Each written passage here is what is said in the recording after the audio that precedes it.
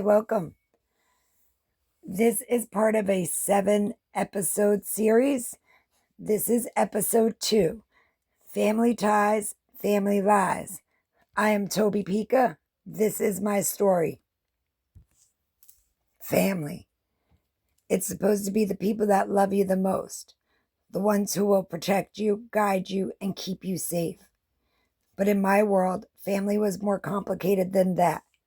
Family was love and pain braided together so tightly I couldn't always tell the difference between the two. My mom's side, full of secrets and chaos. My dad's side, strong and structured. It was like having two houses with two different languages. And somewhere in between, I had to figure out who the hell I was. The matriarchs and their shadows. On my mom's side of the family, women were strong. But that strength came from survival, not peace. My great-grandmother, my grandmother, my aunts, they all carried their own scars. They knew how to fight, how to endure, how to keep pushing, even when no one gave them a hand to hold. But they also carried secrets that rotted the roots of our family tree. Whispers of things that happened, but we don't talk about. Uncles who touched what wasn't theirs. Fathers who drank too much. Mothers who stayed silent because silence felt safer than the truth. I grew up learning how to keep secrets that weren't mine to keep. And the crazy part? Nobody thought they were doing anything wrong. In their minds, they were protecting the family. But what they were really protecting was the sickness. Then there was the Pika side. That's my dad's people. So when you carried that name, it meant something. Respect, strength, loyalty. People in the neighborhood knew us. My grandfather worked hard. My father was respected. And now my grandmother, well, she ruled that house with a whole lot of love. She always cooked from scratch, ironed everything. And even though they were strict, I never once questioned whether I was safe there. That house smelled like fresh sauce, lemon cleaner, and family dinner. That's where I felt like I mattered. I was little Toby Pika, the only grandchild for 13 years. I had my own spot at the table. I had a name that meant something good. But life has a way of teaching you early that even the strongest families have their cracks. Mom and Dad, the broken mirror. My mom and dad loved each other, but they also disliked each other. They were kids trying to raise a kid, and that love turned toxic fast.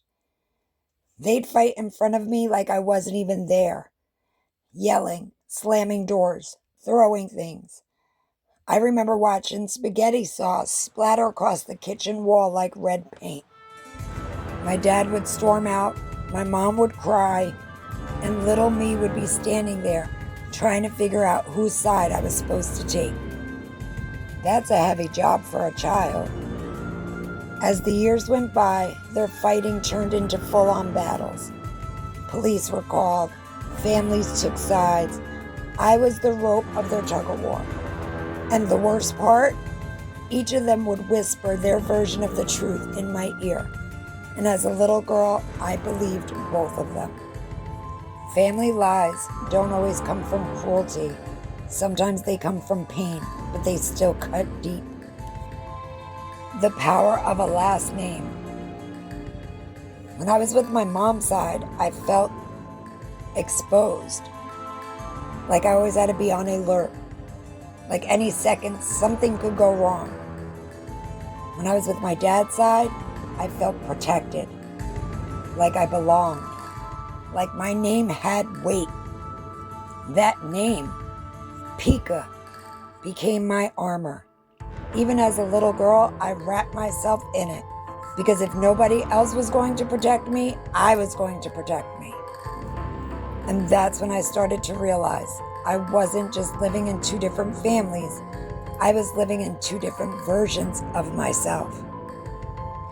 Early resentment. I started to resent my mother, not because she didn't love me, but because she didn't know how to love me the way that I needed. She was still trying to figure out her own pain, her own trauma, and I was standing there just a little girl, catching the fallout from wounds that weren't even mine. That kind of resentment doesn't show up as anger at first. It shows up as silence, as distance, as a wall being built one brick at a time. And by the time I was old enough to understand, that wall was already tall. But I loved her, even when I didn't trust her, even when I felt safer in someone else's house. Because that's what we do with family. We love them even when it hurts. The turning point. There came a point when I realized something.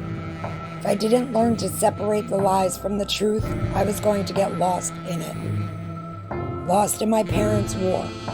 Lost in my family's secrets. Lost in the chaos that I didn't create. So I started to find my own truth, even if nobody else liked it. Even if it meant facing things head on. Because family ties may shape us, but they don't get to define us. This was the foundation of my story. A little girl caught between love and lies, learning to stand on her own 2 feet.